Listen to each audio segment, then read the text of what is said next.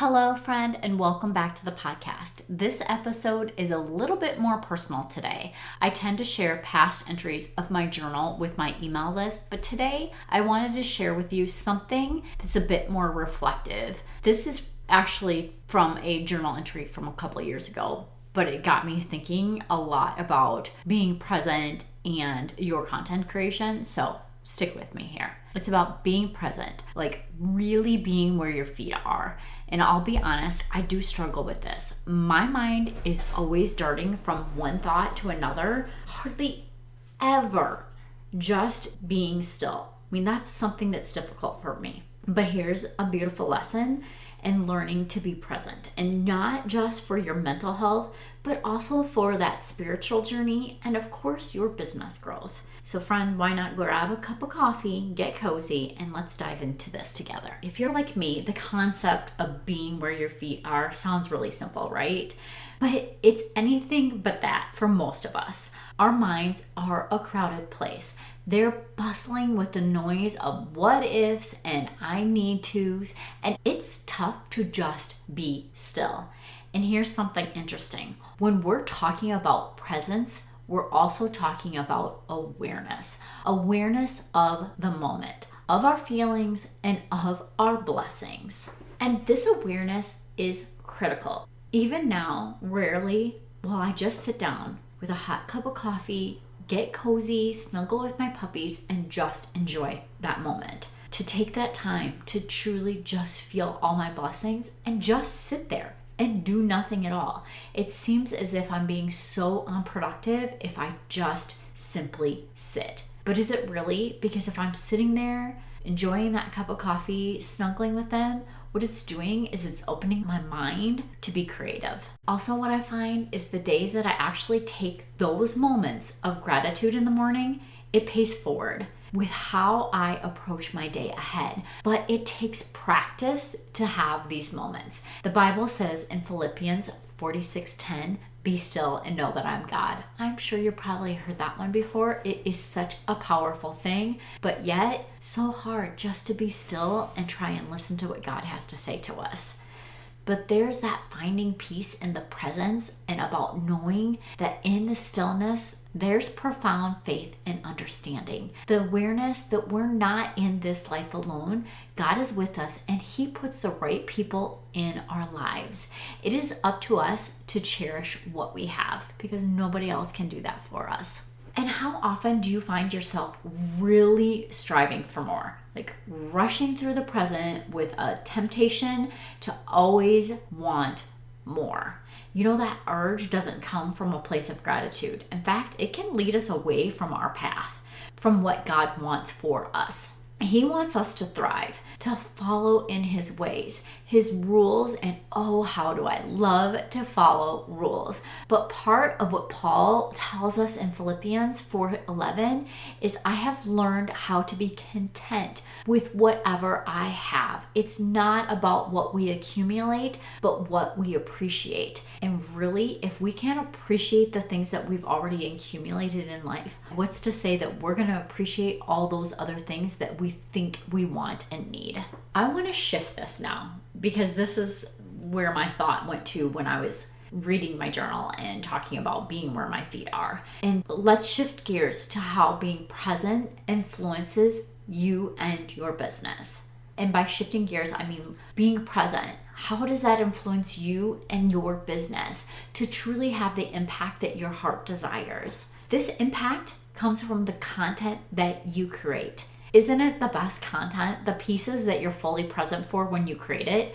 Being present in your work means being deeply engaged with the tasks at hand that are right in front of you, whether that's strategizing your calendar or creating compelling, impactful material. And friends, here's a few steps of what I've implemented that you might find useful.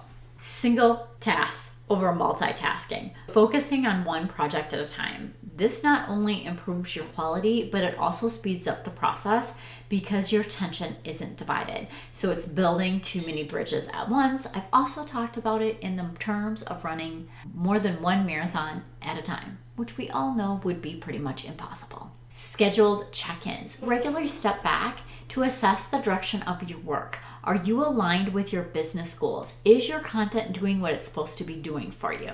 Set up mindful meetings, whether that's with a client, your team members, or just yourself. Being fully present in meetings ensures more productive outcomes and fewer misunderstandings. Embracing automation. Use tools, use systems to handle those repetitive tasks. This frees up your mental space and allows you to be more creative and strategic with your content. Change is hard. We resist it, even when it's good for us. But to truly embrace presence, we sometimes need to let go. Let go of the clothes that just sit in your closet. That might be a reminder for me, maybe not you. The tasks that we do out of obligation, the stress that doesn't serve us. This isn't just clearing it out. It's making room for that new growth, for those new blessings to come in.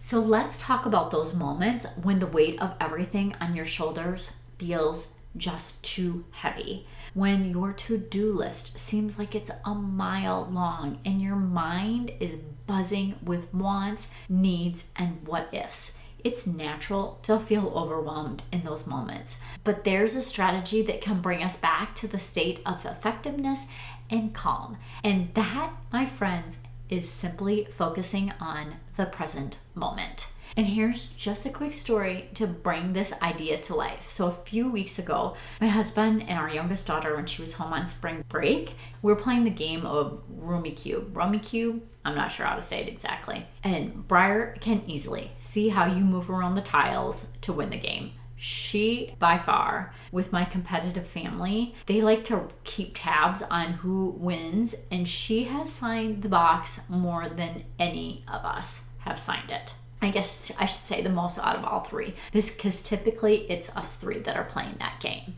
But during this game, my husband had to step away to take a phone call, so we paused playing until he returned.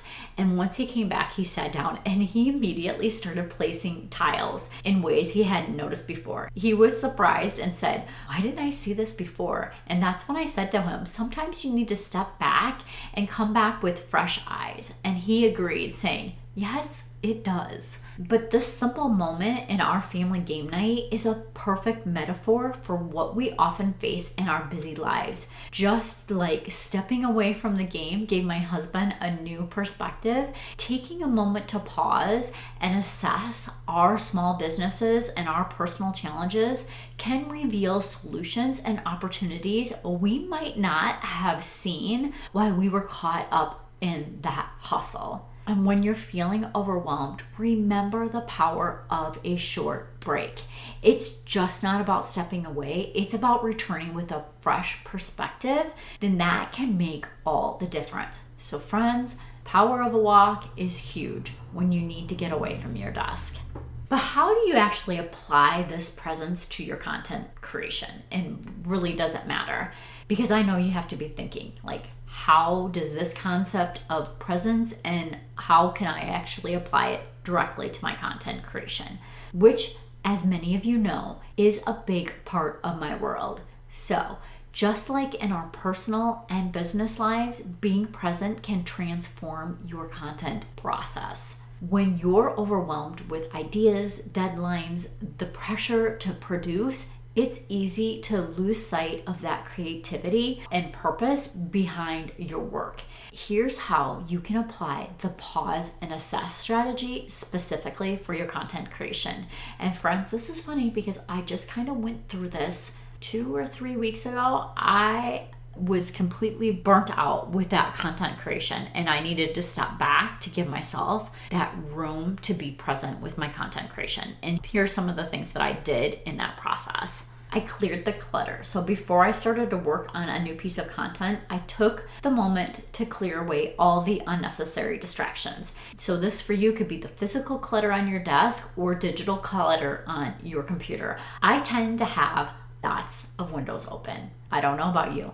Focus on one piece at a time. Instead of trying to juggle multiple content pieces at once, focus intensely on one. This could mean taking one piece of content from start to finish. Maybe you're not someone that can batch create. Not all of us can do that. Some people can do it very easily. Some, that's a little bit more of a stretch. They need to take one idea from start to finish in order for that to truly work and for them to get to be the most productive with getting that piece done. Batching is effective. It may not work for you. And reflect on your goals. What's the purpose of the content you're creating? Who is it for? Realigning your goals can refresh your perspective and inspire those new ideas. Take a creative break. Yes, this is exactly what I did. I had to take a creative break. If you're stuck, step away for a while. Just like my husband found his new way to lay down all of his tiles after his break, and by the way, he still didn't win, Briar did,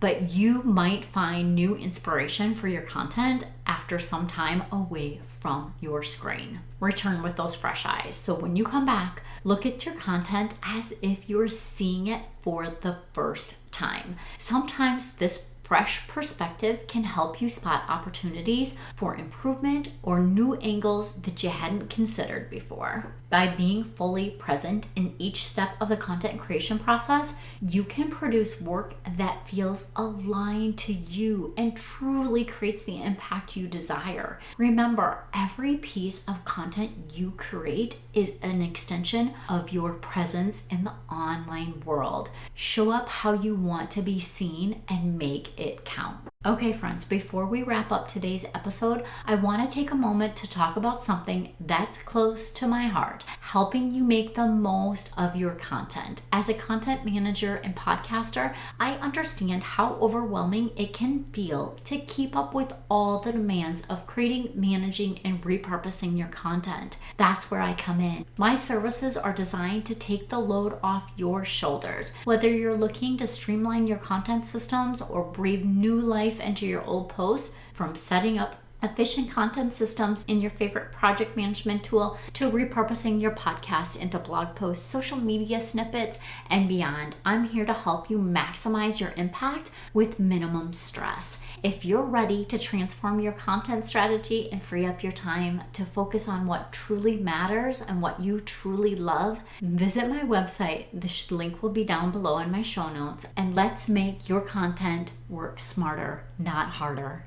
Okay, it's time to wrap this up. And as I wrap up today's podcast, remember that the journey to being more present, both personally and professionally, is paved with small, intentional steps. By focusing on what we can do right now, we not only manage our daily tasks more effectively, but also live our lives more fully. And this is the essence of being where your feet are, truly immersed, fully engaged, and fully alive in the opportunity of the present moment. Thank you, friends, as always, for listening. I appreciate you, and I hope you make it a wonderful week.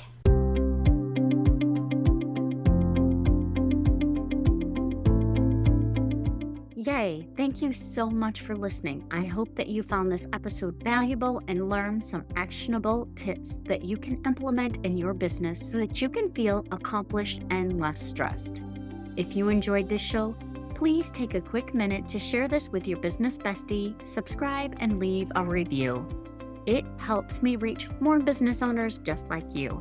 And if you have any questions or topics you'd like me to cover in future episodes, please reach out to me on my website. I've created a form just for you. Remember, with the right system and mindset, you can achieve the success your heart desires. Thank you for tuning in. I look forward to chatting with you next time. I appreciate you, and I hope you have a wonderful week. And don't forget, let's grow, friends.